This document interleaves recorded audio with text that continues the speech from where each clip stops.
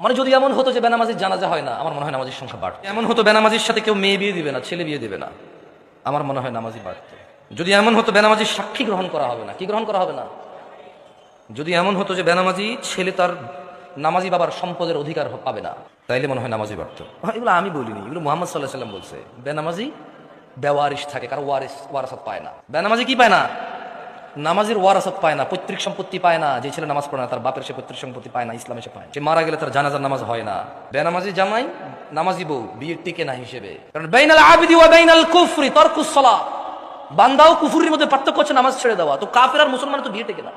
বাইনাল আবিদি ওয়া বাইনাশ শিরকি ওয়াল কুফর তারকুস সালাহ, বান্দা শিরিক আর কুফরির মধ্যে পার্থক্য হচ্ছে নামাজ ত্যাগ করা। তো বেনামাজি নামাজি যদি বউ জামাই হয়, টিকবে না, তো থাকবে না এই সংসার। খুব সিম্পল লজিক। আপনি যেদিন হাদিসকে এভাবে দেখবেন, ওই দিন আপনি মানুষ হতে পারবেন। আদারওয়াইজ ওয়াজ শুনতে পারবেন, জুমায় যেতে পারবেন, খুতবা শুনতে পারবেন, কিচ্ছু হবে না।